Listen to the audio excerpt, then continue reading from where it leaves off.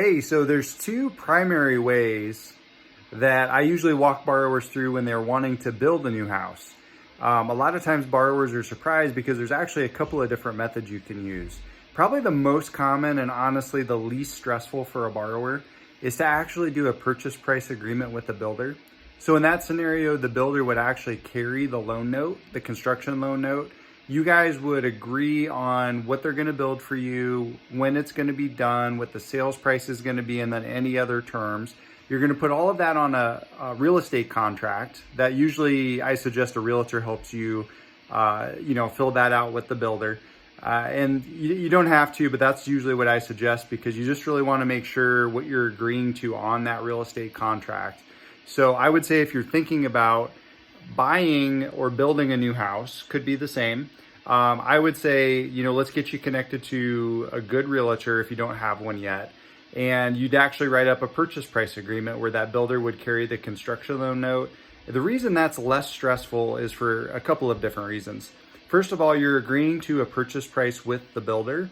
So what that means is that if costs go up like they have this last year, that you guys have agreed already on a purchase price. So I'll talk about the alternative where you actually get a construction loan in just a moment. But if you did that, and I'll cover this when I talk about getting your own construction loan, you as the borrower, if you have the construction loan in your name, so the builder doesn't have it in their name, if you have it in your name on a construction loan, and this is going to be option 2, and I'll cover that in a second, you are on the hook for all the different things that might go up from when you start building the house. And so I help borrowers with both. And I will tell you that there's been plenty of borrowers doing the construction loan in their name, and they were really surprised when prices of lumber and other building materials really shot up. They're 100% responsible for that increase in cost. Now, if you have a purchase price agreement, you have to look at the contract. Some builders have an escalation clause, which protects them, which I don't blame them. But there's at least some shared responsibility if the prices go up. Typically, the builder, if they possibly can, will cover all of the increase. It just depends on the contract, and that's why it's important to have a realtor help you write that up that's representing you to make sure that you're protected. Other reasons why a purchase price contract is, from what I've seen, less stressful for a borrower is because, you still can maybe customize some things like paint color, countertops, exterior colors, landscaping. That I've seen is still possible even if the builder is carrying the construction loan note and you've agreed on a purchase price. But there's not like this unlimited amount of options. Options are great, right? Well, to a certain extent, because if you have an unlimited amount of options, chances are the builder, if you're doing your own construction loan, the builder, if it's unlimited amount of options, they'll do whatever you probably want them to do, but you could be picking and most likely will be choosing finishes that they've not worked with before. So the reason that can be an issue is that they're having to find a vendor maybe that they don't work with on a consistent basis. They're just having to work with building material that they just haven't used before. And that doesn't mean that they're not inexperienced. It just means when you can choose an unlimited amount of options, you're going to pick quite a few things that, regardless of the builder's experience, they've just not worked with before. If you do a purchase price agreement, typically that builder has a handful of different options for, granite countertops and exterior finishes and hardwood floors or luxury vinyl floors. You have a handful of items to choose from. They typically are really great options. It's just you don't have an unlimited amount. So I've seen a lot of my borrowers that do a purchase price agreement spend maybe one afternoon or a couple afternoons picking out their finishes. When you build your own house, carry your own construction loan, you have an unlimited amount of options, and I've seen it turn into a part-time job for my borrowers in addition to what they're already doing. Some people love that. Most people, it is stressful for them. Okay, so purchase price agreement, ran through that. You don't pay anything on the construction loan because remember, on a purchase price agreement, the builder has the construction loan, so they've already figured in their cost of interest on the purchase price agreement that they've done with you. That's how I see most contracts written. So you don't have a payment to make on that loan until the house is 100% complete and the builder, you've actually bought the house from the builder. So that's nice. So you maybe can continue living in the house that you're already in. If it's a requirement to sell your current house before you buy it, you just want to make sure you get it listed soon enough.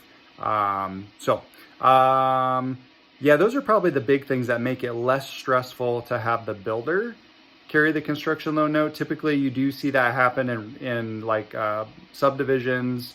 It's not impossible to maybe buy some acreage and have a builder carry the construction loan note. It's just that when you're buying outside of a HOA or neighborhood, there's a little bit more risk for the builder because it might be a little bit more challenging for them to sell that piece of land.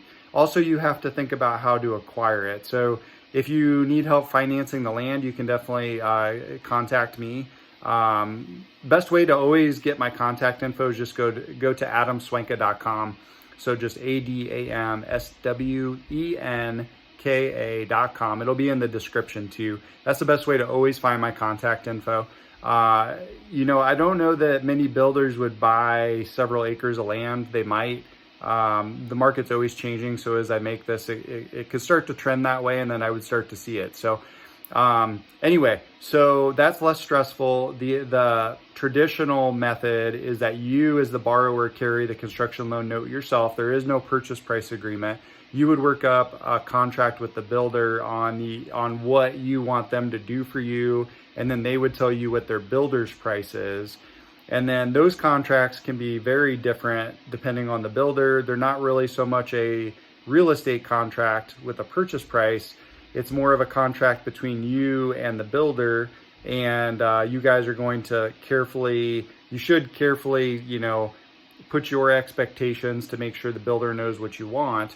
And then, I've seen borrowers just absolutely love that experience. You just need to know that more times than not, from what I see, and I do a lot of both, I help borrowers with a lot of both loans. So I'm not trying to say one is better than the other, but I will tell you, when a borrower carries the construction loan note in their name and goes all the way through the process and they're fully on the hook for any price increases, and they have to pick from an unlimited amount of finishes and options, it tends to be more stressful. I really tell people it's as if you are working about like a part-time job, 20 hours a week for the duration of that project. Typically, before COVID, I would say that most custom homes, and that's what it's referred to as a custom home when you carry the loan note in your name, most of those would take 6 to 8 months because of supply chain issues and worker shortages. Now I'm seeing it take 8 to 10 months, maybe even longer, maybe 12 months is possible. You really want to develop a timeline with your builder before you start, so that and they know what the expectations are for when the house gets done. Don't leave it open-ended, because that doesn't do anyone any good. Like, you really want to kind of work backwards. The date that the builder thinks it's going to be done, have them go back and actually build out a timeline for the important things that happen throughout the process. That way, if you're on time or not on time. And if you're not on time, then you can get with your builder and see what can happen so that you can get caught back up, unless it's not a big deal that you close at a certain time. Anyway, both can be beautiful options depending on your situation. Just know what you're getting yourself into. If you know anyone that's looking to buy, refinance, maybe they want to pull some equity out and pay some bills off or do some home improvements or any of those, I'd be honored to help them. Just go to adamswenka.com. It's got all my contact information there. I've got an easy to use online application, and hope that you found this helpful. If you did, be sure to give me a thumbs up, and then I'll be encouraged to make more content like this. I've been blessed, a little bit about me, I've been blessed to be consistently ranked in the top 1% of loan officers in the country based on how many families I help each year. Would be honored to help your family, and I can lend to multiple states. So even if you're not in the state of Missouri where I'm at, it doesn't matter. Just reach out to me, and I'd love to try to help you any way I can. Have a great day.